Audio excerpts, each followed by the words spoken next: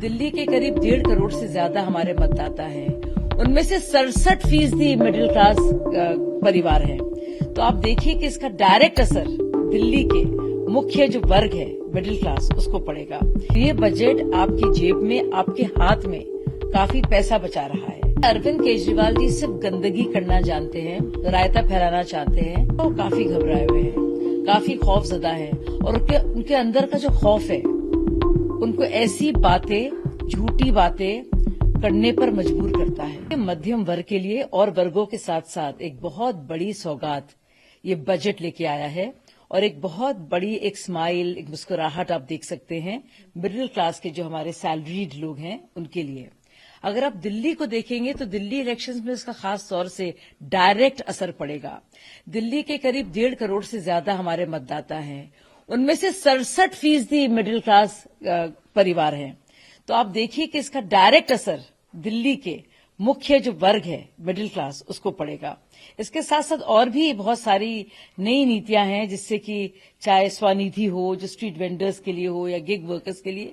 लेकिन जहां तक बात है मिडिल क्लास की, तो अप टिल 12 लाख पूरे साल में, यानी कि 1 लाख महीने, अगर आप महीने में 1 लाख कमाते हैं तो आप पर कोई भी टैक्स नहीं है और निःशुल्क है वो, तो बहुत अपने आप में बड़ी बात है। उसके अलावा जो इससे ज्यादा भी कमाते हैं उनकी भी बहुत बचत हो रही है। तो आपके जेब में जो डिस्पोजेबल इनकम है खर्च करने के लिए, और इससे इकोनॉमी को भी बढ़त मिलती है, ग्रोथ बढ़ता है इससे, क्योंकि अगर आप ज्यादा स्पेंड करेंगे, आप ज्यादा स्पेंड कैसे कर सकते हैं? अगर आप ज्यादा स्पेंड तभी कर सकते हैं जबकि आपके हाथ में पैसा हो। तो ये बजट आपकी जेब में, आपके हाथ में काफी पैसा बचा रहा है और अपने आप में बहुत बड़ी है एक खुशी की लहर के तौर पर इसको देखा जा रहा है और लोग बाकायदा खुशियां मना रहे हैं। अरविंद केजरीवाल जी सिर्फ गंदगी करना जानते हैं, रायता फैलाना चाहते हैं और झूठ और भ्रम की राजनीति पर उनकी पूरी राजनीति निर्भर है। और आप देखेंगे कुछ न कुछ रोजाना उनको होता रहता है, नए नए शगुफे फेंकते हैं, नई नई चीजें होती हैं। कभी कह रहे हैं कि वो हम लोग पैसे बांट रहे हैं, कभी कह रहे हैं कि हम लोग जो है जहर डाल रहे हैं यमुना में, नरसंहार करने की कोशिश कर रहे हैं। तो मुझे लगा वो काफी घबराए हुए हैं, काफी खौफजदा हैं और उनके अंदर का जो खौफ है उनको ऐसी बातें, झूठी बातें करने पर मजबूर करता है, क्योंकि वो कुछ भी बोल सकते हैं, कहीं भी बोल सकते हैं, कैसे भी बोल सकते हैं।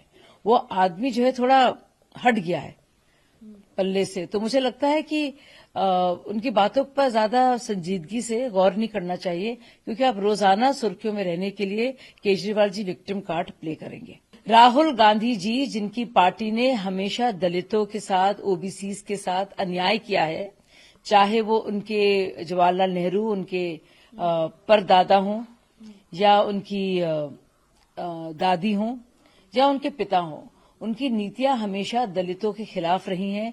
जिस तरह से उन्होंने अम्बेडकर जी को या फिर जगजीवन राम को या फिर एक ओबीसी सीताराम केसरी के साथ बदसलूकी की है, वो सबने देखा है। और अब एकाएक उनको देखना है कि कहाँ पे कौन दलित मौजूद है। अब वो ये भी नहीं बताना चाह रहे हैं और ये भी चाहते हैं कि लोग उनको बताएं कि कौन सा पत्रकार दलित है कि गैर दलित है। वो ब्यूटी कॉन्टेस्ट में भी चाहते हैं पता लगाएं कि कौन सी जो मिस इंडिया बनी है या मिस रनर अप बनी है, तो वो इसकी जात क्या है। तो राहुल जी की बातों को कोई गंभीरता से नहीं लेता और उनकी ये जाति पर आधारित सारे इल्जाम पूरी तरह से गैर संजीदा, मतलब संजीदा तो है ही नहीं, लेकिन पूरी तरह से उनकी नासमझी का मुजाहरा करते हैं। कितनी उनमें गहरेपन की, समझ की अभाव है, वो साफ दिखता है।